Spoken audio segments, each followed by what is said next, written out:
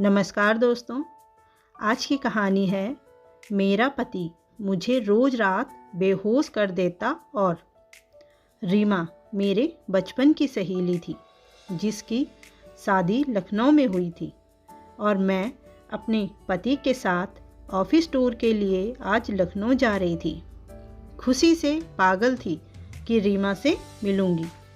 मैंने आशा से रीमा का पता और फ़ोन नंबर लिया और चल दी लखनऊ। सुना था कि रीमा ने लव मैरिज की है जो बहुत बड़ा बिजनेसमैन है। पूरे रास्ते रीमा की बातें याद आती रही। उसका भोलापन और चुलबुलापन अभी भी मन में गुदगुदी कर जाता है। हमेशा सजी धजी एकदम तैयार रीमा की छवि अभी भी आंखों में बसी थी। पति के साथ लखनऊ पहुंची तो ऑफिस की तरफ से होटल मिले थे, उन पर जाकर थोड़ा आराम किया। उत्सुकता बहुत थी रीमा से मिलने की। अगले दिन समय मिलते ही रीमा के घर पहुंच गई। फूल सी दिखने वाली रीमा का मुरझाया चेहरा, लाल हुई आंखें कुछ और ही बयां कर रही थी। समझते देर न लगी कि कुछ तो गलत हुआ है रीमा के साथ। क्या हुआ है रीमा? क्यों साज श्रृंगार से संन्यास लिया हुआ है तूने? मैंने माहौल को थोड़ा हल्का करने की कोशिश की। तू ठीक तो है ना? मैंने रीमा से कहा। मुझे देखते ही रीमा मेरे गले लग फूट फूट कर रोने लगी, जैसे सालों से दबे आंसुओं को आज बहा देना चाह रही हो। रीमा की सिसकियां अब कम होने लगी थी तो मैंने उसे सोफे पर बैठाया और पानी का गिलास पकड़ाकर पूछा, क्या हुआ रीमा? क्या हालत बना ली है तूने अपनी? बता तो सही, हुआ क्या है? रीमा ने कहा, अब रिश्तों पर विश्वास नहीं रहा प्रिया। धोखा खाया है मैंने प्यार से रीमा का हाथ थाम लिया और पूछा, साफ साफ बताना, हुआ क्या है? एक शैतान को इंसान समझ लिया था मैंने। मेरा पति एक जानवर समान है जो रोज अपने शिकार की तरफ घात लगाए बैठा रहता है। अवसर मिलते ही बार बार निशाना करके अपनी भूख मिटा लेता है।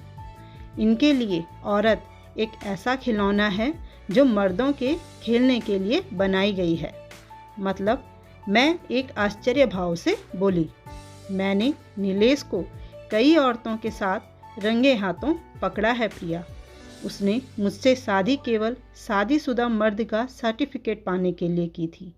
जब उसका मन मुझसे भर गया तो वह हर रात मुझे बेहोश कर देता और घर से बाहर निकल जाता अपनी हवस मिटाने।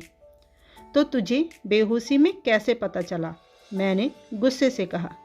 नीलेश रोज रात को मुझे दूध का गिलास देता जिसको पीकर मैं बेहोश हो जाती और सुबह पूरा बदन और सर भारी भारी सा लगता। एक रात मैंने नीलेश का लाया दूध चुपके से वॉश बेसिन में गिराया और सोने का नाटक करने लगी तो देखा कि नीलेश थोड़ी देर लेटकर वहाँ से निकल गया। जिस फ्लैट पर हम रहते हैं यहीं उसने दूसरा फ्लैट ले रखा है जहाँ वह लड़कियों को बुलाता है। मैंने रीमा से कहा, अब आगे तूने क्या सोचा है? मेरे पास तो एक ही रास्ता है, तलाक। क्योंकि ऐसे आदमी के साथ अपने आत्मसम्मान को मारकर मैं नहीं रह सकती। मैंने अपने वकील से बात कर ली है, उन्होंने पेपर तैयार कर दिए हैं। मेरे लिए मेरे दोनों बच्चे ही काफ़ी हैं। पढ़ी लिखी हूँ, अपने बच्चों का ध्यान रख सकती हूँ। अपने बच्चों को ऐसे माहौल में नहीं रख सकती मैंने जिस आदमी पर अपना सब कुछ वार दिया, जिस पर पूरा विश्वास किया, उसने ही धोखा खाया है। मैं रीमा में आए बदलावों को ध्यान से देख रही थी। एक भोली भाली चंचल लड़की इतनी बुद्धिमती हो गई थी कि वक्त और हालात ने उसे समझदार बना दिया था। छोड़ दो उसे, वह तुम्हारे लायक नहीं है। बस मैं इतना ही कह पाई थी रीमा से। रीमा को तलाक मिल चुका था और वह नए सिरे से अपना जीवन शुरू कर रही थी। फ्लैट व पर्याप्त धनराशि बच्चों और माँ के हिस्से में आए। उसने बच्चों की परवरिश को जीवन का उद्देश्य बना लिया था। धन्यवाद दोस्तों। कहानी पसंद आई हो तो कमेंट, लाइक, चैनल को सब्सक्राइब ज़रूर करिएगा।